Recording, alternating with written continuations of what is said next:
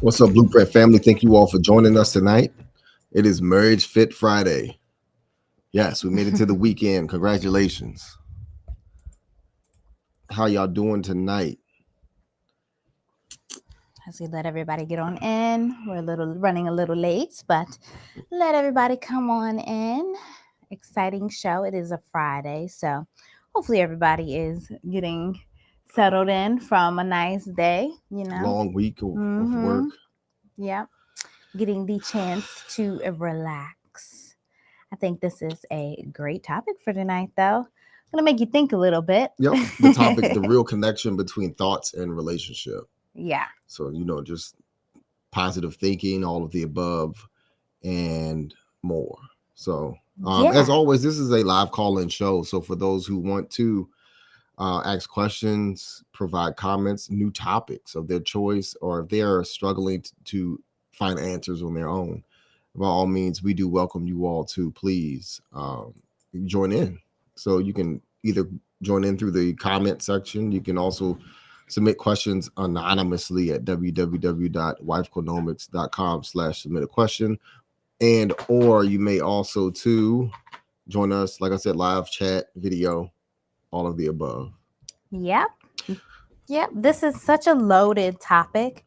Kind of what inspired, I guess, this overall for me to want to do something like this was the night before last. We talked a little bit about just thoughts and the connection between, the shift of being single and being in a relationship, because that is a big thought shift, that occurs. And sometimes this can be a daunting thing for people. So I just thought that, this would be cool to get into. It's a loaded topic, though, right? So we may need to have a part one, part two, who knows? But for now, we're going to cover as much as we can tonight in this under an hour time. And yeah, really just lay down some simple blueprints of really how you can utilize your thoughts in a relationship. Okay. So it can be considered by some common knowledge that our thoughts are the foundation of our reality, of course. Yeah. So they create our beliefs, our emotions, and or actions. So if you want to obtain anything in life, you must go first align with those thoughts. Mm-hmm. Yep. So for those who may not be familiar, our thoughts create our beliefs, whether you believe it or not. Our beliefs shape our perception of the world and determine what we believe is possible. So our beliefs are what hold us back or propel us to success. Mm-hmm. You are in control of your thoughts. So our Yeah. thoughts create our emotions. Our emotions are powerful motivators. They drive our behaviors and determine our actions. Yep. Right. Mm-hmm. And so therefore our thoughts create our actions. Our actions are what we do to create the life we want and the life around us, our environment. Yeah. There is a shift in thoughts that must occur when going from single into a relationship. And Yeah. we will explain. Yeah. And that's big. In particular, this is kind of, like you said, common knowledge per se. But I think when it comes to common knowledge things, actually implementing them into your life is what's sometimes scarce for people. Because to actually, say things or even to just obtain certain knowledge that, hey, I should do this, the lack of action, which stems all the way, like you were saying, to those beliefs and the ability to actually use them through our emotions, which are positive, great indicators of whether or not we're on track to what we want or, not on track. If we're, if things are, not working out, not going the way you want them to go, chances are there's something that needs to be done, some thought that needs to be changed, some different way you need to look at it. Or just in general, how our actions are really impacted by those beliefs of what we were programmed like as a child. Those subconscious core beliefs that maybe we didn't necessarily put there, but we adopted from school or you left your phone. I'll pull up on mine. But we adopted from school or society or music. That's huge too. But there is while we're in here chatting up, we do want to make sure that our sound is good. Hold on. Let us load up in here. Gives more people opportunity to come on in because this is going to be such a great topic tonight to dig into because we're going to cover the single aspect of it and then the married relationship aspect because that's really what's most important for tonight for Marriage Fit Friday, right? I think I'm going to change your. Hold on. Here. There you go. As our phones go up. All right. How we sounded? It's so important to check the mics. I realize that There you go. late in the game of doing this, it's like you got to check your stuff before. Mhm. You'll have a great show and won't catch any of it if you don't check those mics. But yeah, so like you were saying, the shift in thoughts that must occur. Yeah. So from me to we as a Mhm. single person. So you are used to making decisions, of course, based on your own needs and wants. So when you enter a relationship, like we talked a little bit about this last night, Yeah. you start to think about your spouse and how your decisions will affect them. You Yeah. also start to make more decisions as a couple, as a relationship involves more than just you. Yeah. So you have to realize that you're going to want to be of service to someone else. That's one of the biggest things that people need to realize about relationships. When you enter a relationship, is not for the benefit of just you. It's the benefit of you providing service to someone else and Yeah. willingly, not like you're chewing on glass, having to try to, do something nice for somebody else. That's not Mhm. what a relationship is all about. you Yeah. know? Yep, that's so true. That is exactly like a thought point that, hey, you got to shift from self-centeredness to other-centeredness, right? In Mhm. particular, especially when you got a whole family, right? It's no longer so much about you. So you that as a single person, you are used to being self-centered, right? You are the only one that you're, getting your own needs, you're getting your own wants, you're doing you more self-sufficient, I guess, in that moment of time when it comes to yourself because you are single. But when you enter a relationship, you start to become more other centered. You really have to focus on your spouse's needs, your spouse's wants, right along with yours. Right, So that's true. that's a big thought shift. Like you're saying that, it can kind of be hard for somebody to get over if you're not prepared to make, that shift in thought. So that's really what we're talking about tonight. And we'll dig into both aspects for sure. And from independent to interdependent. So as a Mhm. single person, you are used to being independent. Yeah. It's not right to be independent within the relationship, of course. Right. So you do things your own way as an independent person, and you don't have to compromise with anyone being Yeah. single. So when you're in a relationship, you become interdependent. You rely on your spouse for support, companionship, and they rely on you as well. That's Yeah. the service that I'm talking about. Yeah, that interdependence. That's Right. so So beautiful. you go into a relationship with those intentions. Without those intentions, there is no relationship. That's the bottom line. Yeah. You're trying to get over on someone. If you do, you're trying to use people. Those things happen without the intention of wanting to support someone, being their companion, and living interdependently Yep. with each other. Yeah, that's so true. So from free to committed, as a single person, you are free to do whatever you want, whenever you want, of course. So when you enter a relationship, you make a commitment to your spouse. You are no longer free to do whatever you want, whenever you want. You have to consider your spouse's needs and wants as well. That's a big thought shift. Right.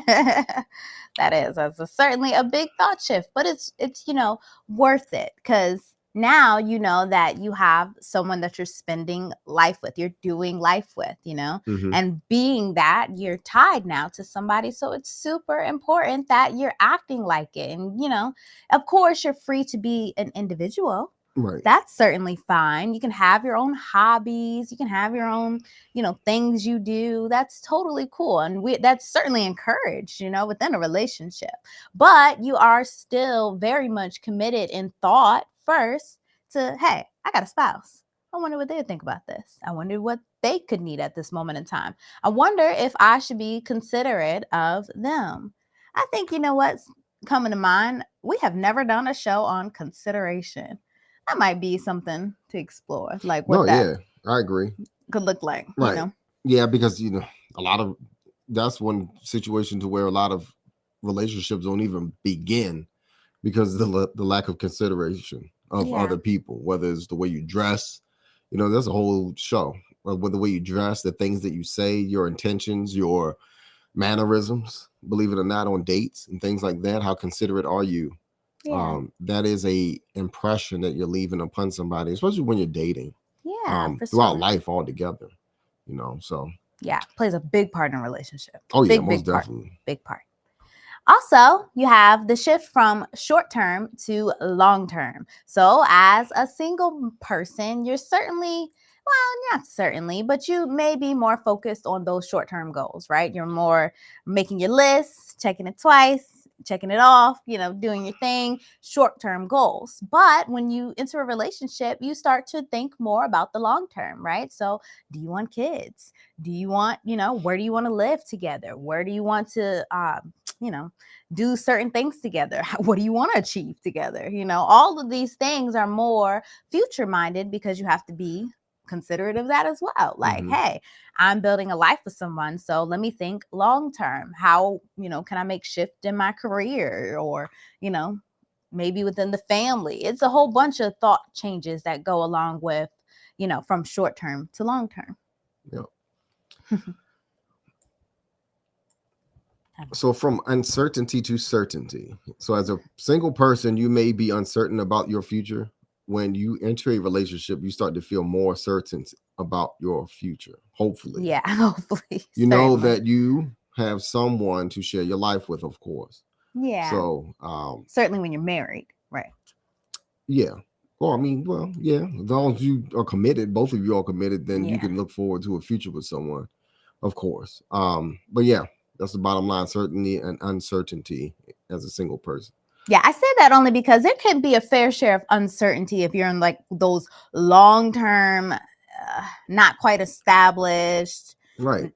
relationships, like, or situationships. Like, that's a big, you may have somebody, but there's still a great level of uncertainty surrounding, you in your relationship because of, not establishing that structure. That's really what coming together in a marriage offers, that structure of your life and what it's going to look like, how you're going to operate, what are the things you're going to do, what is the vision for your whole life, and maybe even your children, the legacy that you leave. So all of that is super big and can make a big give you a layer of comfortability that being in a long term, not quite established through thought commitment and legally commitment, which adds a layer of responsibility onto it. So that's why I said marriage, because still have somebody around, but be like, those are unfortunate. And we never really encourage those long-term relationships that you don't quite, or situationships, but they're very common. We've had quite a few questions around that, so yeah. And also too, I know people who, Right. just are like a long-term life partner, boyfriend, girlfriend, or what have you, So back on topic, of course, not everyone experiences these shifts in thoughts in the same way. So some people may experience them more gradually than others, and some people may not experience them at all. So however, these are some of the most common shifts in thoughts that occur when going from single to in a relationship. I think of, when you said, or they may not experience them at all, that's basically saying if they choose not to, have that productive and deep and profound relationship, because you're not making that shift. You can't stay in the me mindset trying to go into a relationship. So if you don't have it at all, then hey, that's just like, it's not a relationship. It's not. You're just trying to game somebody, get over and use them. Yeah. So it is important to note that these shifts in thought are not always easy to deal with. So it can be very difficult to give up some of your independence and freedom. I get it. So it can also be difficult to compromise and put your spouse's needs and wants before your own. However, these shifts in thoughts are necessary for a healthy and successful relationship. Yeah. And I think people learn this along the way, especially if they're like the only child and having to deal with someone else as a spouse. Yeah. That's a big one. Mhm. Certainly. Yeah. I was the only child. So I knew like, wow, you lack so much interaction. Well, especially if you don't have a good, mother, father, home based relationship, then you certainly lack a lot of interaction that helps you to build those core, behaviors and characteristics that help you to maintain a, or at least compromise, like be able to have effective conflicts, that get resolved, stuff like that. Siblings certainly help with that. That's why I'm glad we have, multiple. We have 3 children because we see the interaction and the dynamic between them and learning like, wow, especially from going from like a baby to like, A toddler. a toddler. Yeah, just learning how to interact with others. So that certainly offers a whole lot of practice. It's really handy. Yeah. So hold on. Let's go into, first, okay, like we said, this is such a dense topic we're talking about. But if overall, we're going to start with the single people. Yep. So if you're not able to get the results that you want in your life right now, or you're having some type of resistance or anything along that nature. So all the pessimists. Yeah, your thoughts could be playing a part. Yep, and let's describe and discuss these ways in which your thoughts may be holding you back. Yeah. So number 1, negative self-talk. So if you constantly tell yourself you're not good enough, low self-esteem, you'll never find someone who loves you or that you're better off alone. Yeah. You're likely going to push potential spouses away. Bottom line. Yeah. Even if it's well intended that I'm better off alone. People say that, right, that's it can be well intended per se for the defensive, maybe protective. Right. I mean, and I understand that not everybody also too will find somebody. Yeah. I mean, you could be on the opposite end of this. You could be the most hopeful person, positive and whatnot, and just can't find anybody. There's situations that occur that way, unfortunately, for some people. Yeah. And then you got to look at the other factors, location, everything. Right. Your environmental factors, where you are geographically, hopefully you're not on top of a mountain or in a desert, by yourself or whatever the case. But you get what I'm saying. So, take some time to consider your most dominant thoughts. Yeah. So what usually triggers them? So are your thoughts, so are these thoughts you need to let go of, or do they show to be productive? So this can be very helpful, journaling for this activity. So practice positive self-talk is the next one. So opposite of the negative, practice positive. Tell yourself that you are worthy of love and you are worthy of happiness. So visualize yourself in a happy and fulfilling relationship. It will help you get rid of those thoughts. Yeah. I do want to say one quick thing about taking the time to consider your most dominant thoughts. This is something that may be a foreign practice to some people. Sometimes when we go through our day-to-day life, we don't, pay attention to, hey, how do I think most of the time? Like this may sound so outlandish, but truth be told, what we're talking about is how your dominant thoughts really do. Like we said, create your beliefs, lead to your emotions, and then those emotions lead to those actions that you either do or do not take. So it's super important. What are your dominant thoughts? That's why you said like it's a great journaling activity. I really love doing this within our Wife Genomics course because it offers the opportunity to see, well, what type of, vibrational thought am I resting on most of my day? Am I happy? Am I feeling good? Am I talking to myself in a positive way? Is my environment conducive to me or productive to me getting the things that I want? Or am I not? Am I down on myself? Am I hard on myself? Do I get snappy and mean and angry? Or, am I negative? Am I just rude to other people because I'm rude to myself within my thought? You know what I mean? Like all of that is really important to pay attention to because they can be unconscious, especially if it's a thought that you think all the time. It's going to come naturally. It's going to be repetitive. It's going to be like, it's going to be effortless because you think it so much that then just even the simple awareness or trying to figure out if it's a good or negative thought can be work. So it's really important to take the time to do this if you've never done it before. It's right. Yeah. Super important. And the bottom line is that those people out there who are single, who say these things. What we're saying is that you're holding yourself back. You're the only person that's holding yourself back and trying to find somebody out here, and trying to see if you're compatible with these people. Often at times people get into relationships maybe because of past trauma or what have you, and then they're trying to start a relationship with lack and fear. That doesn't work. Coming from lack and fear, and you're dooming yourself in the relationship before it even starts. So thoughts coming from a place of fear, like a fear of commitment. So if you're afraid of being hurt or getting close to someone, you may avoid dating altogether or sabotage relationships when they start to get serious. Yeah, That's big. common. Very. People avoid relationships just so that they don't get their hearts broken and what have you. So or if you're afraid of being rejected, you may avoid putting yourself out there and meeting new people. Face your fears of commitment. Really, first you need to know yourself, be comfortable with yourself. And then also to, be confident in yourself. Rejection and face your fears of commitment, rejection, and getting hurt. So everyone experiences these fears, but it's important to not let them hold you back from finding love.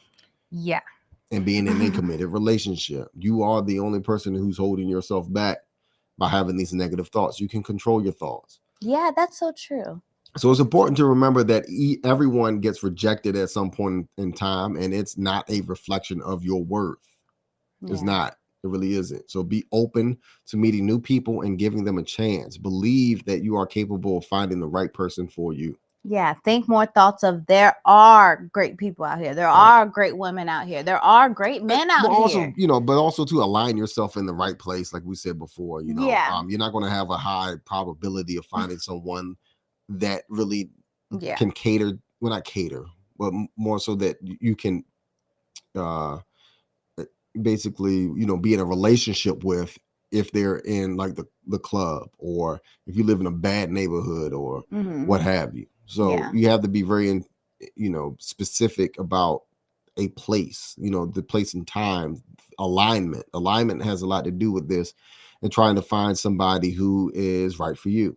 We had a video talking about environments before. I can't remember the title, but I'm sure if anybody is out there and they wanted to see more talk about that, we talked about how you can, change your environment and make it more productive for you finding love. I think it was something like that. And we also talked about places to go to find love. Yeah, that was the whole thing in there. That was really a great video. We did it maybe a couple months back. Because when you're young, what you try to do, find love in the club, the wrong places to find love. And then even church too. I wouldn't even condone people trying to find love in church, because a lot of times those people are not those people who go to church on Sunday are not Sunday all week. You get what I'm saying?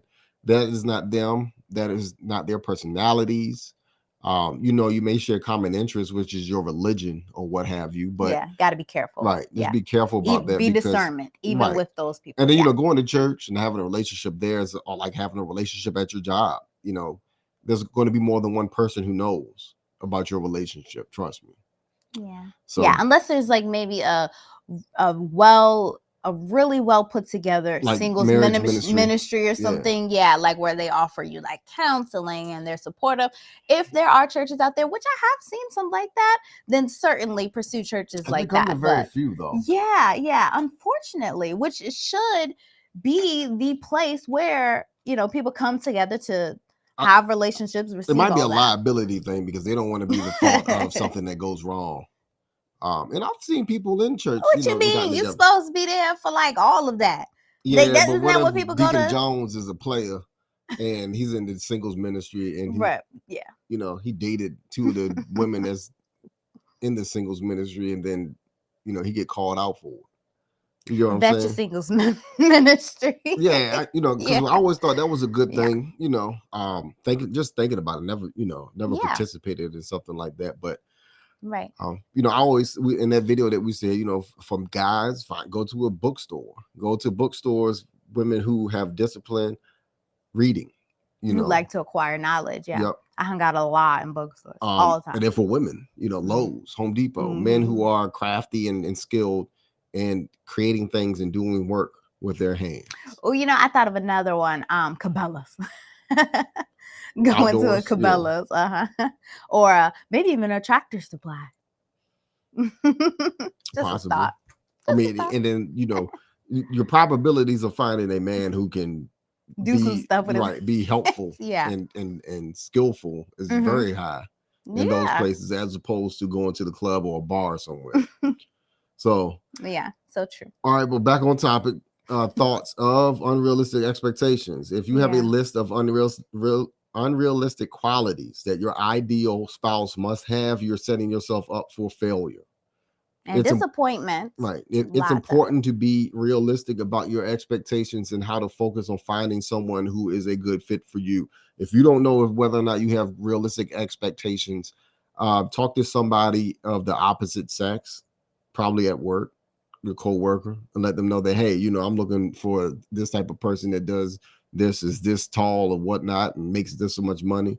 And if they look at you sideways and say, good luck, then more than likely, those are not realistic expectations. Because realistically, some people don't know whether or not they have realistic expectations or not, which I find very, weird, very scary, very daunting nowadays. You know what I think that is? Those thoughts Those people who based say on that they the can have it inflated all. ego. Oh, Yeah, okay. where it's either like an inflated ego type thought, or maybe a thought of like something that you missed, you lacked growing up, or and you now maybe obtained it, and now you're fearful of going back to that place again or something like that. Oh, Like I mean, it's quite, or maybe the fairy tale it could because be you never multiple had it. things. Yeah, it's so many I different mean, it could be things. it could be someone who grew up telling them that they can have it all and do everything they want and have anything they want. That's Yeah, not that's true. That's realistic. one way too. It's Yeah. not. That's not probable. It's not. Yeah, that's so true. It's not probable. So, Yeah, because you think of like some fathers with their little girls. Like, as much as you love your little girl, realistically, what does the outcomes of life like look like, and what's her best probability for success in life if you're not around, or if whatever it is, and it would be in her best interest to get married, of course, what I while believe she's in young. particular. Well, just of age to where she understands her role. Mhm. And that what I think is most important, like understanding your role. And then this is important for mothers, especially raising like their boys. So like, if you are a single parent, just really letting your child know like how important relationships are, and just being able to understand that connection and wanting to do that, and prioritizing relationships before they become like a fallback plan type thing. But anyways, I think that would help you have more of a realistic expectation on life, because you're actively looking to understand that, hey, life isn't always about me and what I want, and being able to come into alignment with somebody else and wanting to do that.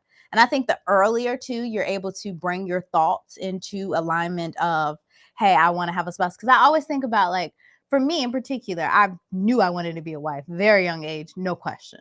But I look at a lot of my friends growing up, they did not feel that way. And now we're the same age, but our lives are completely different. And I see, because of the thoughts that we chose, the priorities we set, the actions that we took, all that was, a culmination of all these things, especially stemming from childhood. So the earlier you can really get your kids aligned and really yourself aligned with prioritizing relationships, I think the better we are as a society in general.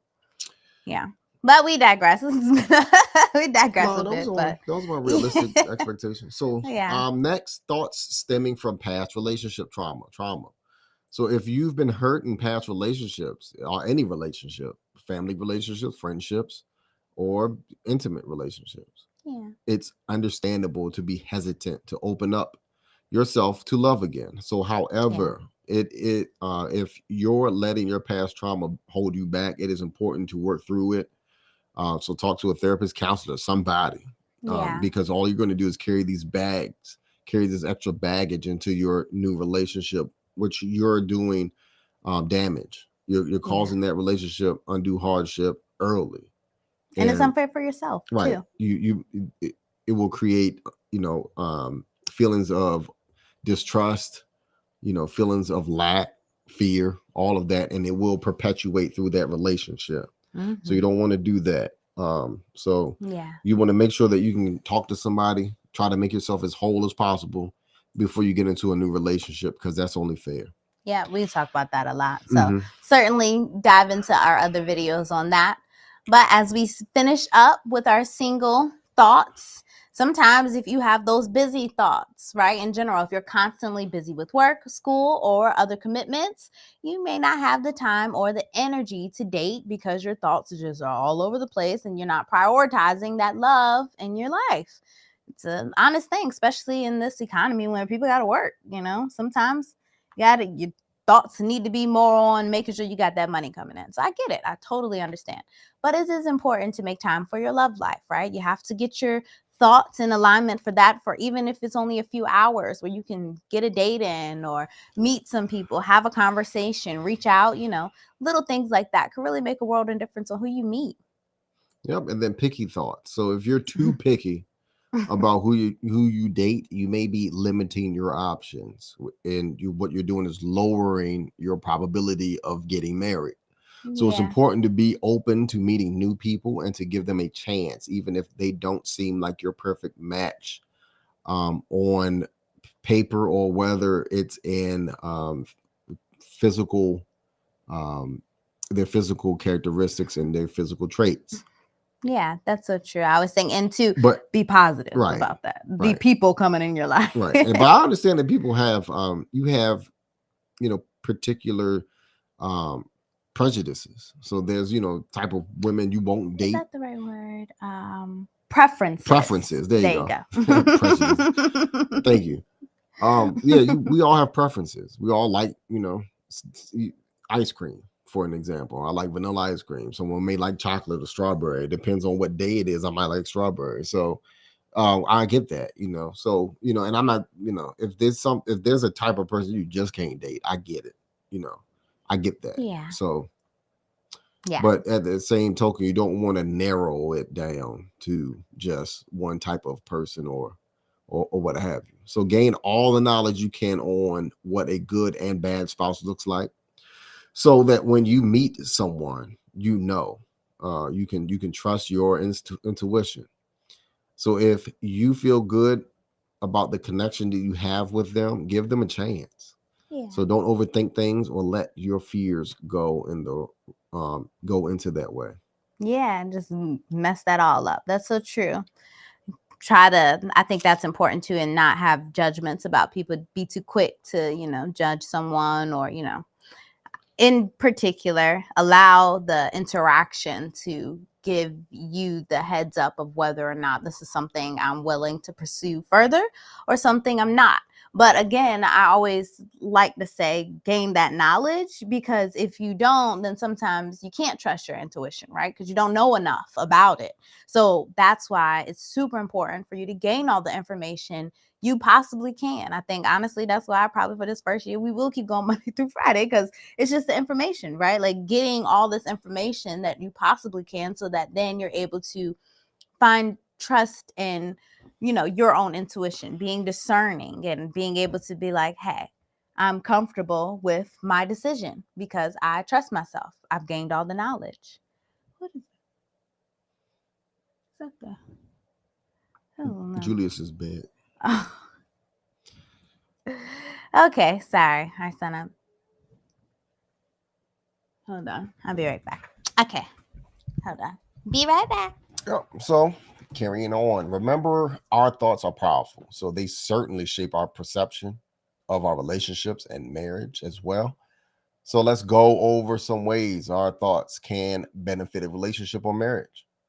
So, number one, our thoughts can help us to understand our spouse's perspective. So when you have negative thoughts about your spouse, it can be difficult to see things from their perspective. However, if we can learn to understand their perspectives, we can start to emphasize with them and see why they behave the way they do. So this can lead to a deeper and more understanding in the relationship. And then number two, our thoughts can help us to forgive our spouse as well. So Everyone makes mistakes. We understand that. So if you can learn to forgive your spouse for their mistakes, you can build a stronger and more resilient relationship. So forgiveness doesn't mean that you have to forget what happened, of course.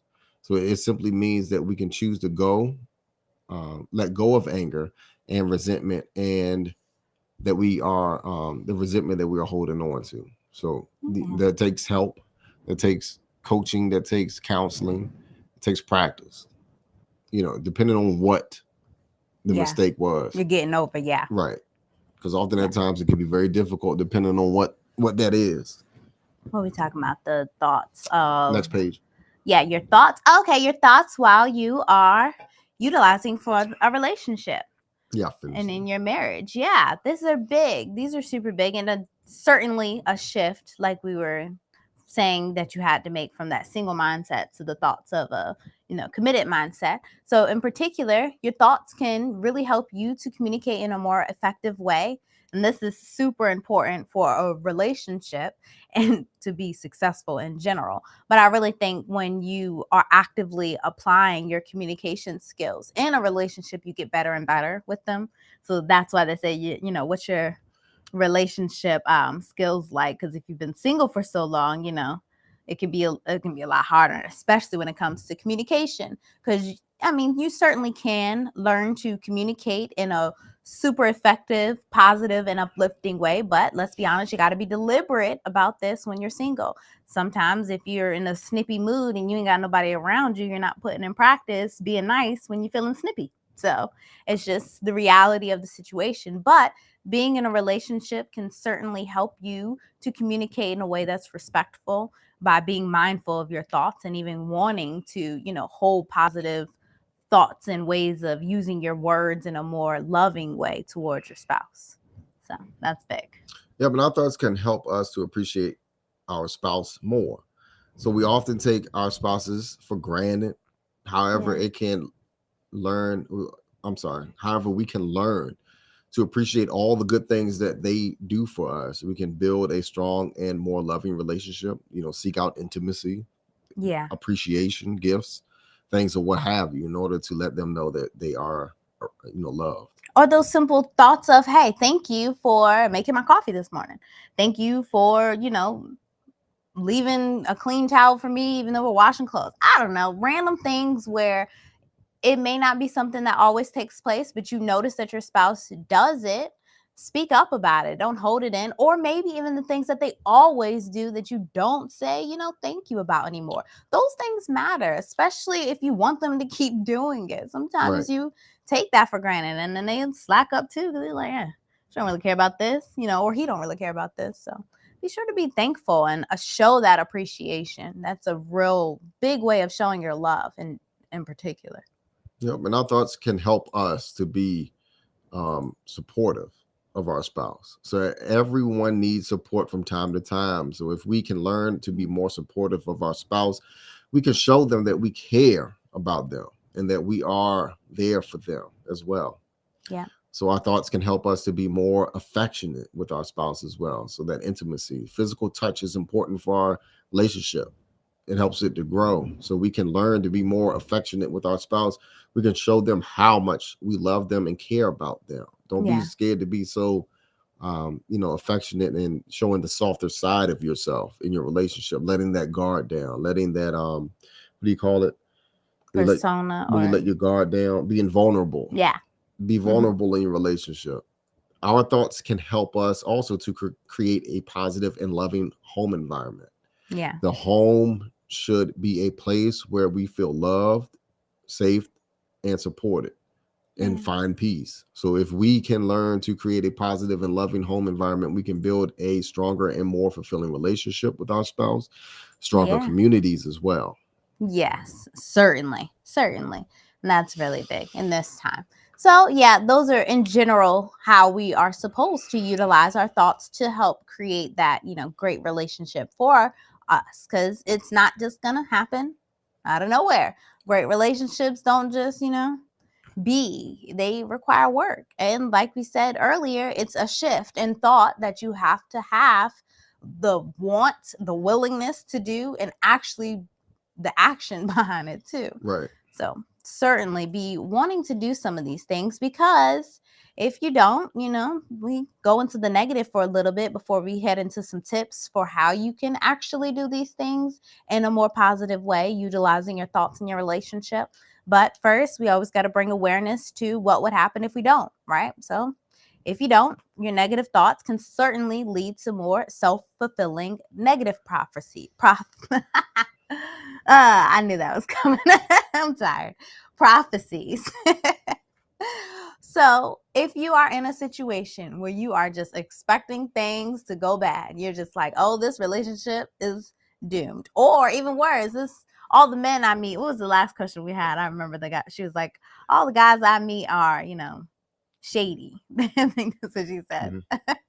Yeah, if you think that, then hey, you're more likely to have that desired or predicted thought come true. Now, that's either negative or positive. So, one of the greatest resources we have, and I think more and more, I'm really grateful for, more and more people are waking up to this, is our power of our thought and the creative thought realm that offers such a great tool to create the best life for ourselves. So, if you can think thoughts that aren't going to sabotage your visions, sabotage your relationships, then you're more likely to just flow into what are the thoughts that will.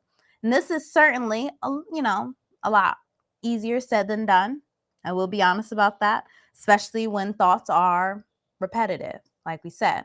But the better you can get at leaving those thoughts behind, replacing them with the thoughts that you do want, that are going to align to what you do want, then the easier it's going to be for you to continuously operate from that state. But if you don't start, then, just going to keep doing the negative thing over and over. So that certainly is no fun. So our thoughts can influence our communication, of course. So our thoughts influence the way we communicate with our spouse. So if we have negative thoughts about our spouse, they will be more likely to communicate in a negative way as well. Yeah. So this can lead to arguments, conflicts, competitions, and damage your relationship Yes. as a whole. Yeah, speaking those things, bad things about your spouse, saying, calling them names and stuff like that can lead to your mind, even if you say these things in your mind, they can lead to you seeing your spouse in that way. It's like makes you. And ultimately, what it says about you, you're not ready for a relationship. True. You have to work on your communication skills first in order to be in a successful relationship. That's what that means. So if you're not there yet, then you need to still seek help. Go try to find somebody or find ways in which you can fix your negative thoughts.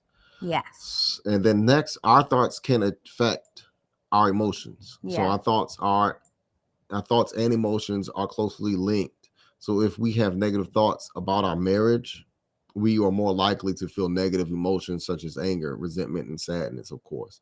So these negative emotions can make it difficult to connect with our spouse and have a positive relationship overall. Yeah.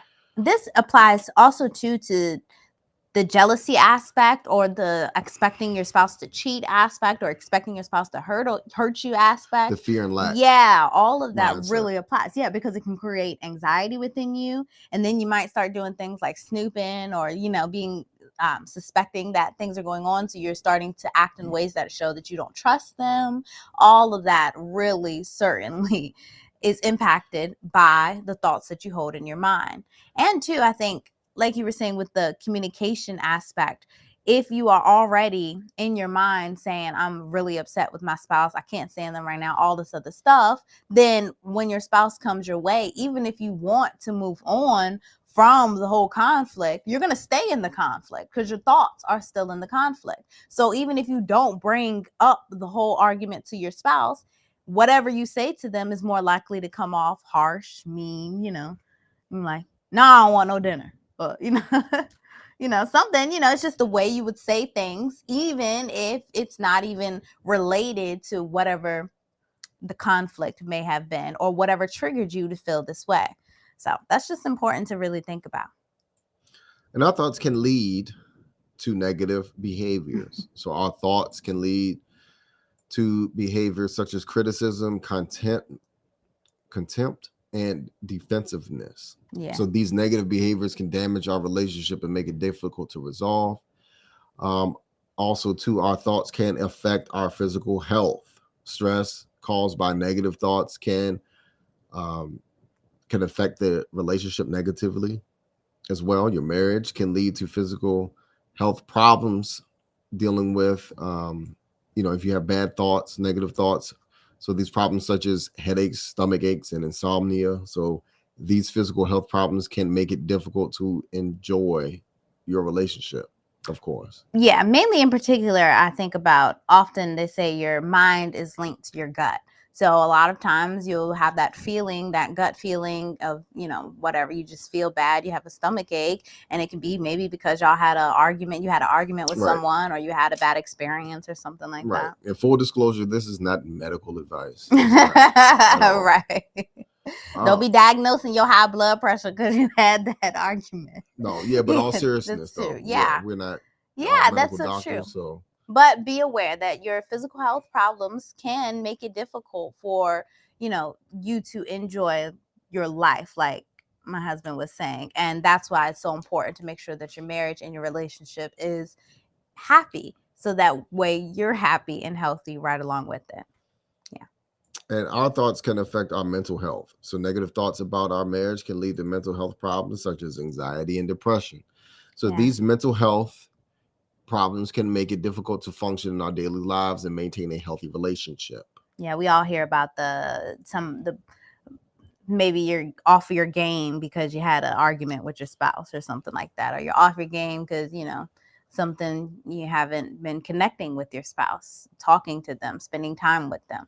That really makes a world of difference. It can make you feel like you're alone even when you're in a relationship. That's certainly no way to be. So we got to be mindful of those things.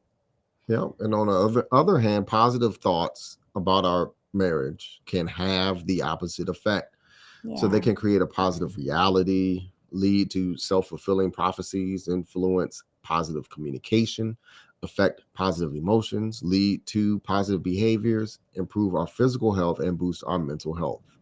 Yeah. So here are some tips for developing positive thoughts about your marriage. So number one, focus on your spouse's positive qualities. So you want to make a list of those things, journal, write those. The ones that you love about your spouse. Read this list regularly to remind yourself of all the good things in your relationship. If you need to. Right. I think in particular, if you're having a hard time within your marriage, maybe, or your Well, I relationship. mean, if you're having a hard time, go seek counseling, try to get Yeah. everything together, especially if you all are not talking to Right. each other.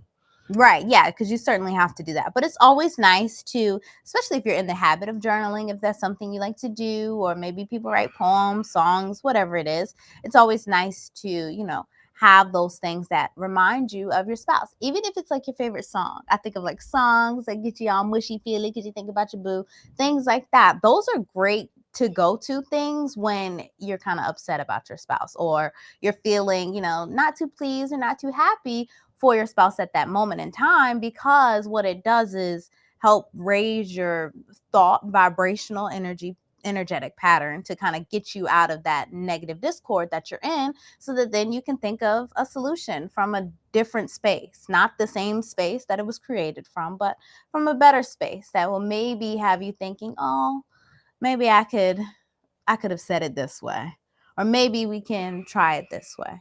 It kind of softens you up a bit, and you got to be open to doing that for yourself, and not so much always expecting your spouse to bring you out of a rut sometimes, especially if you're married. I think it's big for married people to be able to find ways to recenter yourself so that you're wanting to work on your relationship with your spouse on your own. You don't always need your spouse to be a certain way or do a certain thing for you to feel happy again. You shouldn't always expect your spouse to buy you something, just because you have an but argument. but you got to figure out why you having that argument, reconcile and negotiate. Certainly. Because you got to get there. You just got to get Certainly. there. But you won't if you put a pacifier on it by like just, buying something or just doing the same thing that doesn't really have, I guess, the meaningful intent. Yeah. You're being avoidant. Not the meaningful intent behind actually fixing it per se. Yep. Oh, snap. Hold on. Why is this thing doing that? All right, So back think to notes. think about your shared goals and values. So what do you want to achieve together?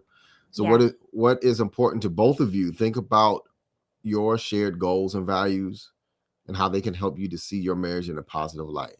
yeah, So remember the good times. Everyone has disagreements and arguments, but it's important to remember the good times in your relationship as well. So think about the happy memories that you have shared, and then also to be grateful for your marriage. So not everyone is lucky enough to have a loving and supportive spouse. That's what I said in yeah. the beginning of this. So if you're lucky enough to find somebody, don't think that you can just have a divorce and then find someone else, because more than often than not, that doesn't happen. It really doesn't. Um, Or it's not as successful. What is it? right. After divorce, it drops by like Your success rate for 50%. Then marriage like, yeah, drops. yeah. People So or at least what they said fix the next divorce. right. Yeah, Fix chances what's go up. wrong with your current relationship and make it right. Stop Yeah. being selfish. But they say So, there ain't nothing out there for you. it, You better off trying to work it out with who you got. right. Like, So be grateful for your spouse and the marriage that you have together. Make the best of it. Both of you all need to challenge your negative thoughts. So when you have a yeah. negative thought about your marriage, challenge it. So Mhm. ask yourself if there's any evidence to support your negative thoughts. No. So are you looking at the situation objectively as well? Yeah, and even if you do find evidence, that's great because now the awareness allows Right. for you to True. fix it. Right. So you want that we always talk about that, having that awareness, but you need to again be objective, like you were saying. If it is a big issue and you know it's tough for you guys going through it, get help. Don't try to do this on your own. Don't just let it go without seeking counsel together with your spouse to actually work and figure this out. Whether that's through a married couple like us, another married couple, but preferably even your therapist, your counselor, make sure they're married. That makes a world of a difference on being able to give you objective advice from a place of, okay, how can we figure this out? Because, that's what I do too. I do this. Like, that really matters. That really, really matters. You don't want to take financial advice from a homeless person on the street. Like, it's just You might though. They may the have bad to. advice. Yeah, the bad advice. No, not Or bad what I advice. You mean, the would want to. bad advice in the sense of what went What did they? wrong from Right. their failure Exactly. Their advice. failures. Yeah, Those to be those failure advice is by far is the best advice, I think. I don't think so, but I think it's helpful. Well, I it's think it's it's helpful. insightful. It's insightful for me because it helps you to see the unseen. I'm gonna leave it at that. My issue with it is that the future has not been created for any of us until the active thought, belief, and action is put behind it. Right. So just because someone had that reality take place for them, it's totally, like, I agree, it is great to be in awareness of what could happen if I Right. followed those thoughts that this person followed, if I did that thing. Right. But what it doesn't do is give you the instruction on, then, okay, how do I do it? I would No, but rather seek my advice from someone who's already successfully in that alignment state, so that then I am not only coming into alignment by being in close proximity to them because they have for fact obtained the reality I want. right. That makes a world of Right. difference Well, on like your own shift seeking of advice from consciousness. us. Yeah, it's a No, world of difference. it all depends on what the topic is. But if you Yeah. talk about finances, I want to, what did you do wrong to get Yeah. to where you at? So I don't got to do, so I know what not to do. Yeah. You know what I'm saying? Yeah, So I the do. I awareness. just don't think it's the best advice. Right. I Well, would I mean, have I to guess sound like, financial advice and relationship advice Yeah. is totally different. By Yeah. all means, you don't want to Yeah. get relationship advice from a 3-time divorcee. You don't, because evidently they're not doing it right, and they don't have the rapport in order to get you the results that you're looking for. Yeah, and I'm not biased. I will say I'm not completely biased to getting advice from that 3-time divorcee or anybody that has failed, but it would be more in the sense of not to take the advice to utilize what they did, but more so to see what they did that I need to know not to do. It's the same thing with the homeless. Yeah, just I need to know not to do that, but I wouldn't but that's certainly not my first go-to. Right. If I'm really yeah. actively trying to, accomplish something. But yeah, we rant a bit, but yeah, that's so true that it's really big to have that alignment. So then it offers that real objectivity, that real honest objectivity. But Yep. So once you have challenged your negative thoughts, replace them with positive thoughts. So focus on what you want to achieve. Yeah. You know. Yep.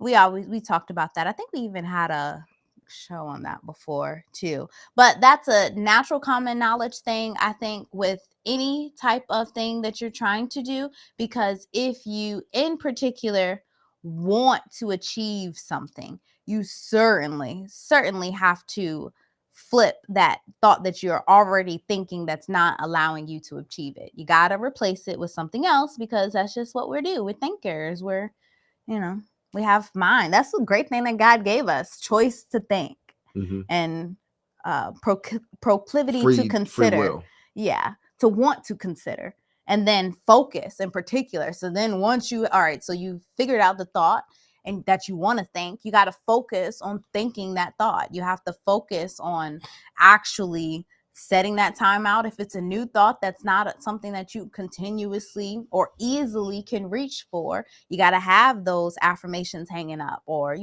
recordings, or maybe even, I don't know if people are into that, but if you're really into trying to challenge your internal subconscious thought, look into recording yourself.